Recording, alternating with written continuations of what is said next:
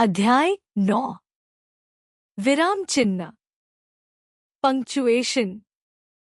बच्चों, बोलते समय अपनी बात को ठीक ढंग से समझाने के लिए हम बीच बीच में रफकते हैं। लिखते समय इसी रुकने को दर्शाने के लिए विभिन्न चिन्हों का प्रयोग किया जाता है। इन्हीं चिन्हों को विराम चिन्ह कहते हैं। जैसे पढ़ते तथा लिखते समय वाक्य में रुकने के लिए लगाए गए चिन्हों को विराम चिन्ह कहते हैं। इन्हें पढ़िए। मेरी मम्मी का जन्मदिन था। इस अवसर पर मैंने मम्मी के लिए अपनी गुल्लक में जमा किए पैसों से साड़ी खरीदी और उनके जन्मदिन पर मैंने वह साड़ी दी तो माँ आश्चर्य से बोली, अरे इतनी सुंदर साड़ी तुम कैसे लाए? अब वाक्यों को इस प्रकार पढ़िए। मेरी मम्मी का जन्मदिन था। इस अवसर पर मैंने मम्मी के लिए अपनी गुल्लक में जमा किए पैसों से साड़ी खरीदी और उनके जन्मदिन पर मैंने वह साड़ी उन्हें दी। माँ ने आश्चर्य से कहा, अरे इतनी सुंदर साड़ी तुम कैसे लाए? आपने देखा, पहले अनुच्छेद में विराम चिन्हों का प्रयोग नहीं किया गया है, इसलिए बात ठीक ढंग से समझ में नहीं आ रही, जबकि दूसरे अनुच्छेद में बात ढंग से समझ में आ रही है, क्योंकि इससे विराम चिन्हों का प्रयोग किया गया है। विभिन्न प्रकार के विराम चिन्ह। इस कक्षा में हम केवल 4 विराम चिन्ह पढ़ेंगे। पहला, पूर्ण विराम।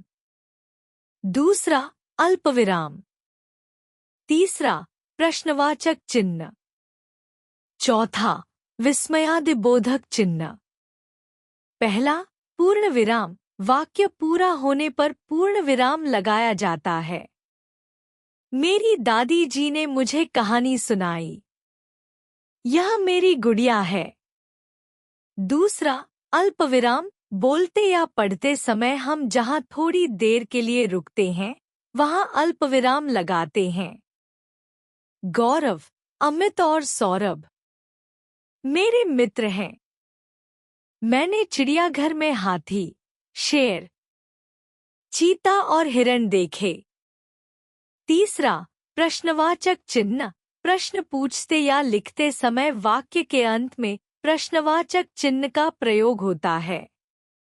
तुमने आज क्या खाया? इस फूल का क्या नाम है? चौथा, विस्मयादिबोधक चिन्ह। जिन वाक्यों में घृणा, शोक, आश्चर्य और हर्ष का भाव पता चलता है, वहाँ विस्मयादिबोधक चिन्ह का प्रयोग होता है। वाह, कितना सुंदर फूल है!